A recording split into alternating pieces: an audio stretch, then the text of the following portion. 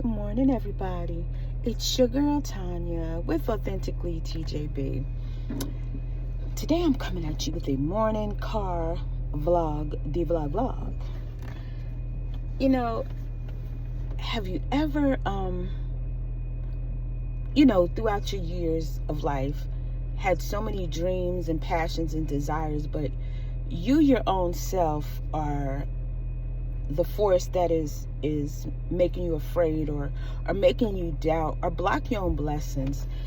Throughout the years, I've had so many wonderful ideals of businesses I wanted to start, and I didn't start, or I started and I just got doubted myself.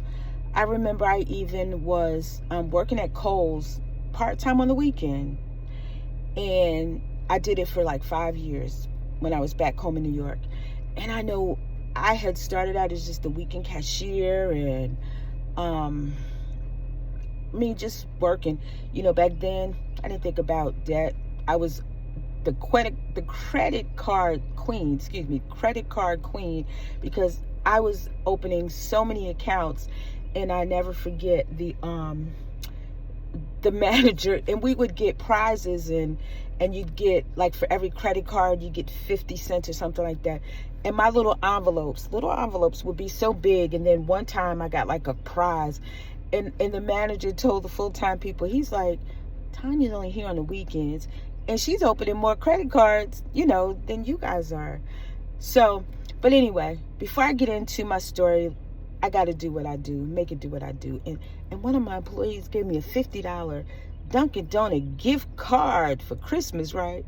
So, look, now I want to hold on to it. Don't want to use it. But when I was using my money, I wanted to spend it. But anyway, let's get this coffee, and then we're going to come back and talk. But also, where's my manners? Thank you for subscribing. Thank you for those who are new. Oldies but goodies, those who don't know they're going to subscribe but are going to subscribe, for rocking with your girl. I'm trying to get to these 3,000, 4,000 hours because I got a goal to take my grandbabies to Disney. But with that being said, I'll be right back. So we are at my absolute favorite place. So we're getting our coffee. Don't forget, stay tuned. Grab your coffee now. Don't forget. Okay. So let's see what we got. I don't know why I'm doing my eyes like that. But anyway. Let's see. This is what we got. And then I'm going to try this iced pumpkin loaf cake. So anyway, you guys, for so many years, I've had dreams, desires, and I started things, and I wanted to open a bookstore, an African-American bookstore.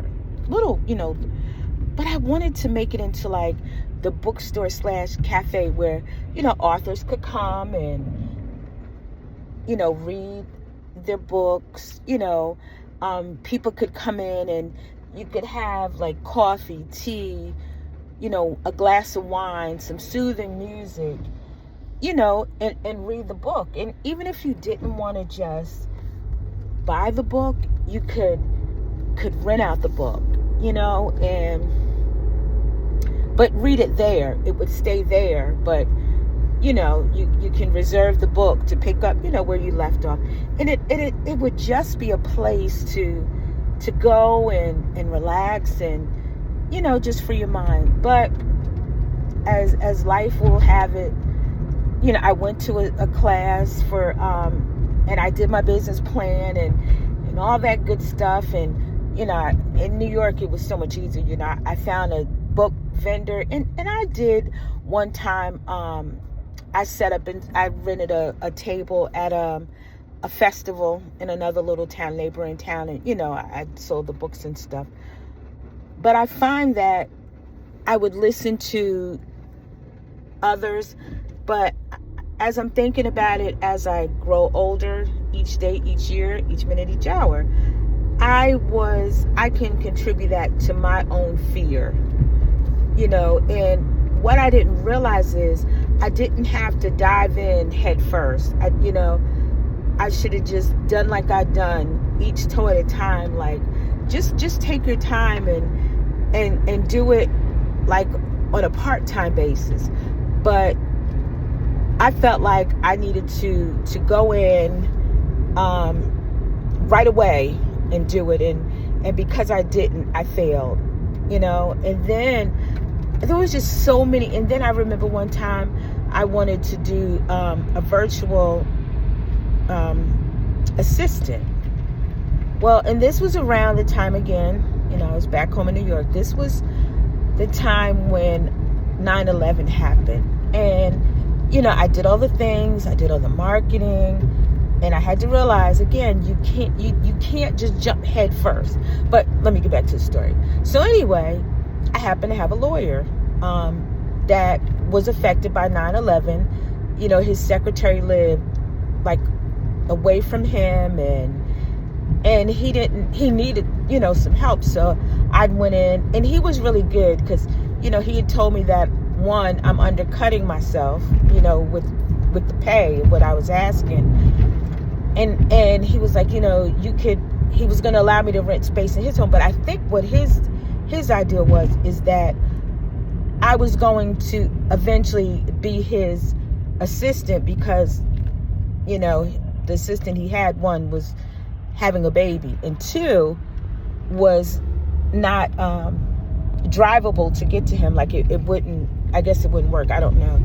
But then I gave that up. Like, so I fought myself because I start things and I don't finish, and that's not good because I'm my own worst enemy. I realize it. So I can't blame it on the doubt of the naysayers, because they should be our motivators. When someone thinks we can't, and I finally adopted that, when you think I can't do it, I can. And I wish then, when I was going through all my business ventures, that I had started to listen to the voice in my head where, no, you can do it and you will do it. And it's so funny because, jumping back to the Kohl's situation, I'm sorry, so I'm all over the place this morning, but I got to do it while I'm thinking about it. So it started out that I was working every weekend just for the Christmas holidays. So each year I would come back. So I didn't realize the managers were talking about me, not in a bad way, put that out there, not in a bad way, but in a good way. They wanted me. So then when I came back the next year, for the Christmas season, they asked if I would be willing to be a front-end supervisor. I sure would. I really would. And from that point on, I've been the kind of supervisor that I'm not going to ask my staff to do something I won't do. They had other front-end supervisors, the cashiers, that they'd go sit in the employee lounge. Staff is out there, lines are around the corner, and they're nowhere to be found. But I jump on the register because, see, my thing was you don't forget where you come from. And I was a cashier, so I would jump on and help. And I'll never forget one night, the manager that night, the closing manager, he's like, "What are you doing? Why are you doing that?" I'm like, "What do you mean? The line is around the corner. The cashiers need help, so I'm going to help. I'm not one of those who are not going to help." And they eventually, as time went on, wanted and approached me to be a department supervisor. And again, I'm a young mom with 2 kids, single mom, living on my own. And I was afraid. Again, no one talked me out of it but myself, because here I'm thinking, oh, this is a retailer, they're not going to stay open, blah, blah, blah. 20-something years later, 30 years later, Kohl's is still up and running and jumping.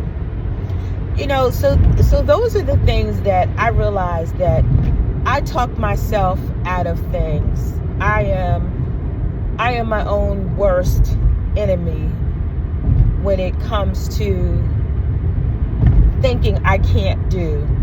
So I have since then adopted the I can to I can, and I will. So I say that to you today. If you have a passion, if you have something you want to do, it doesn't mean you got to jump in head first. All you got to do is stick that toe in. Just do a little bit at a time. We got 10 toes. Do a toe at a time, but don't give up on your dream. My son needs breaks. And don't let anybody tell you that you can't do it. So with that being said, I'm going to end here because I'm on my way to work. I'm going to drink my coffee. Until next time, leave me a comment. Let me know what motivates you, what doesn't motivate you, and what can I do to help you get motivated. And what you can do to help me get motivated is drop a positive word in there.